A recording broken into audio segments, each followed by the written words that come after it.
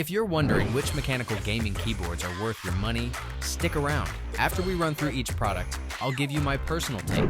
Would I buy it or would I skip it? No fluff, just my honest opinion. Let's get into it. Alienware Pro Wireless Gaming Keyboard. This thing has hot-swappable switches and a ridiculous 798 hours of battery life when you turn off the RGB bling. But good luck actually doing that because the lighting is the only reason you'd pay $200 for what's essentially a fancy Cherry MX Red clone. The aluminum build feels premium enough to justify the price until you realize you're paying Dell tax for a keyboard that sounds like a typewriter from 1987. And the magnetic charging is cool until you lose the proprietary cable and have to sell a kidney for a replacement. Would I buy it? Maybe. If I had money to burn and wanted to flex on people with a keyboard that costs more than their entire setup. Asus ROG Strix Scope the 296 Wireless. The 96% layout gives you almost everything a full-size keyboard has while being compact enough to not take over your entire desk, plus the 1,500 hours of battery life means you'll forget what a charging cable looks like.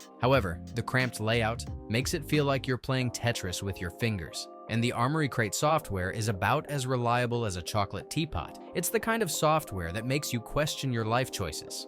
Would I buy it? Yes, because despite the software being garbage, the hardware is solid, and the battery life is absolutely bonkers. Corsair K65 plus wireless. This 75% beast has excellent build quality and can connect to 3 devices via Bluetooth, making it perfect for people who can't decide which computer to disappoint today. The downside is it weighs more than a small planet despite being compact, and the stock keycaps aren't shine-through, so you'll be typing blind in the dark like some kind of keyboard caveman.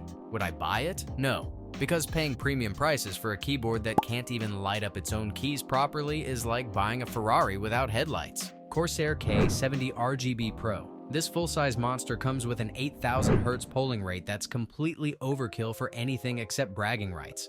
Plus, it has 50 onboard profiles, because apparently some people need more keyboard personalities than a reality TV show. The tournament switch is actually clever for competitive play, but the wrist rest feels cheaper than gas station sushi, and there's enough case ping to start your own percussion band. Would I buy it? Yes, because even though the 8,000 Hz polling rate is marketing nonsense, the build quality and customization options make it worth the $160 price tag. Corsair K70RGB Pro Mini Wireless. This 60% powerhouse packs almost every function from its full-size cousin into 61 keys, which is like fitting an entire orchestra into a phone booth. And the hot-swappable switches mean you can customize it until your heart's content. The battery life drops to a pathetic 32 hours with RGB on, and trying to remember all the function key combinations is like learning a new language that nobody asked for. Would I buy it? Maybe, if you enjoy the mental gymnastics of memorizing 47 different key combinations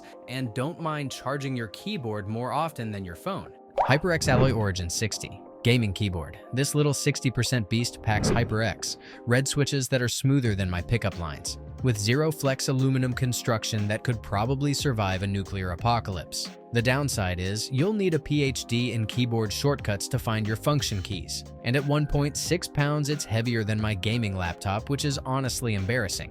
Would I buy it? Yes, because for $99, you get premium build quality that makes other budget keyboards look like they're made from recycled cereal boxes. Keyron Q10 Pro. This Alice layout wireless wonder comes with factory pre-lubed switches that feel smoother than butter on a hot pan. Plus, it's got that fancy QMK and VIA support for all you keyboard nerds who love to tinker. The problem is the Alice layout will make you type like you're having a stroke for the first week. And good luck explaining to your friends why your keyboard looks like it got hit by a truck. Would I buy it? Maybe. It's perfect if you want to feel like a hacker from the movies, but terrible if you actually need to type anything important quickly. Keyron Q10 Max. This wireless mechanical keyboard delivers a superb typing experience with Jupiter Brown switches that feel like clouds made of tactile feedback. Plus, you get hot-swappable switches and durable PBT keycaps.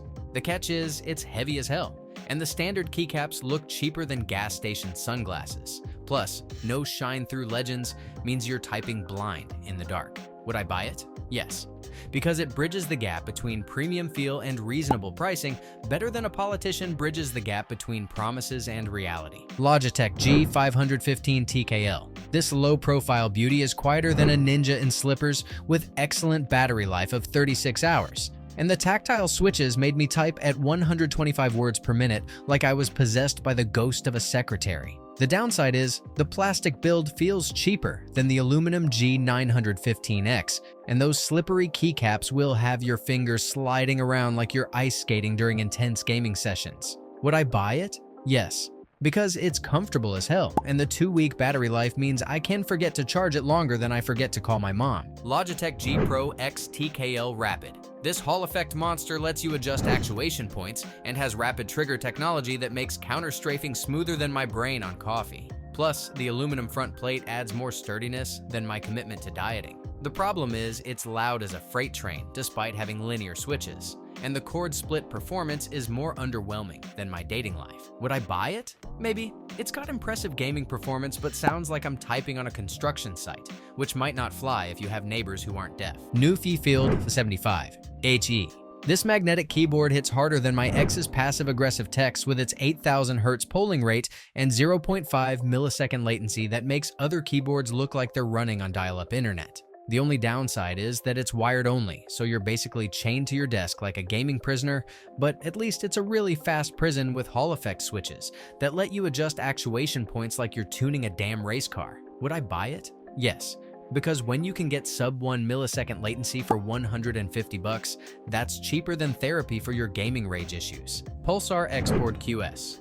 This thing weighs more than my will to live at 3 pounds of pure aluminum goodness, and it lets you switch between 2 computers faster than I switch between dating apps. The KL Box Ice Mint V2 switches are quieter than my neighbor's passive-aggressive complaints, but the USB hub is stuck in 2010 with USB 2.0 speeds that make file transfers slower than government bureaucracy. Would I buy it? Maybe. It's perfect if you're a content creator who needs dual PC setup, but if you're just gaming, you're basically paying premium prices for features you'll use as much as your gym membership. Razer Black Widow V 475%. This compact beast comes with gasket mounting and sound dampening that makes it quieter than most gaming keyboards.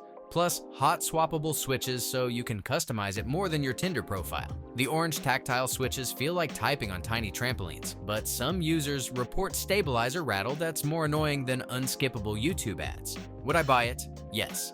It's got that enthusiast keyboard feel without the enthusiast price tag. And the 8,000 Hz polling rate means your inputs register faster than your regret after buying another keyboard. Razer Black Widow V4 Pro. This full-size monster comes loaded with more features than a Swiss Army knife on steroids, including 8 macro keys, a command dial, and enough RGB to blind your neighbors. The downside is, it's heavier than my student loan debt and takes up more desk space than my collection of unfinished projects. Plus, those ABS keycaps will shine faster than my bald spot. Would I buy it? Maybe. It's perfect if you want every feature known to mankind. But at $230, you're paying premium prices for macro keys you'll probably forget to use. Razer Huntsman VI3 Pro. This analog optical beast lets you adjust actuation points on the fly, like you're fine-tuning a Formula 1 car. And the rapid trigger technology makes your inputs faster than my excuses for being late. The problem is it costs $250, which is more expensive than some people's rent. And all those fancy features might be overkill unless you're actually good at games. Would I buy it? No. Unless you're a pro gamer or have money to burn, you're basically buying a Ferrari to drive to the grocery store. And let's be honest, most of us can barely handle a Honda Civic level of gaming skill. Razer Huntsman VI3 Pro TKL. This thing has optical switches that make it faster than your internet connection on a good day. Plus, rapid trigger that lets you spam keys like you're trying to break the sound barrier. The downside is that it costs $220, which is more than some people's monthly grocery budget, and the gamepad emulation is about as useful as a chocolate teapot, since most games don't support it properly. Would I buy it? Maybe. It's perfect for Counter-Strike pros, but might be overkill if you're just trying to type angry comments on Reddit. SteelSeries Apex Pro Gen 3. The magnetic switches on this bad boy are so adjustable, you can set them to trigger when you just think about pressing them, and the 8,000 Hz polling rate makes it more responsive than a golden retriever hearing a treat bag. However, the SteelSeries software is clunkier than a Windows 95 computer trying to run Cyberpunk. And at $270 for the full size, it costs more than a decent used car payment. Would I buy it? Yes. Despite the software being a pain in the ass, the build quality is tank-level solid, and those magnetic switches are genuinely game-changing. Wooting 80 HE. This Dutch masterpiece supports 8,000 Hz polling and has more gaming features than you can shake a stick at, including rapid trigger and analog input that actually works, unlike some other keyboards I could mention. The catch is that it's heavier than a brick, and the spacebar sounds like a dying walrus having an existential crisis. Plus, good luck getting one since they're constantly out of stock. Would I buy it? Yes. It's basically the holy grail of gaming keyboards if you can actually get your hands on one and don't mind your neighbors complaining about the noise. Thanks for watching. I hope this video helped you pick the mechanical gaming keyboards for you. If you have any questions, drop a comment below. Links to all of these products mentioned in this video will be in the description.